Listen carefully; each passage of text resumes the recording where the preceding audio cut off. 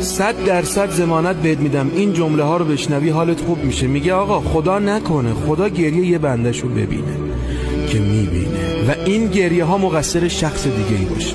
خدا نکنه خدا حال بد یه بنده ای رو ببینه که میبینه و مقصر این حال شخص دیگه ای باشه.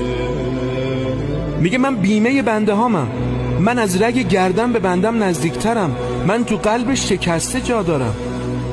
ببین بنده من، اول این وعده رو بهت میدم هر بلایی سرت آوردن درستش میکنم، ترمیمش میکنم، با لب خندون میری. اما ببین اون شخصی که تو رو اذیتت کرد، آزارت داد، اشک از چشمانت جاری کرد، نمیمیره و از این دنیا نمیره تا به همین 100% ضمانت بهت میدم این جمله ها رو بشنوی حالت خوب میشه. میگه آقا خدا نکنه خدا گریه یه بندش رو ببینه که میبینه و این گریه ها مقصر شخص دیگه ای باشه.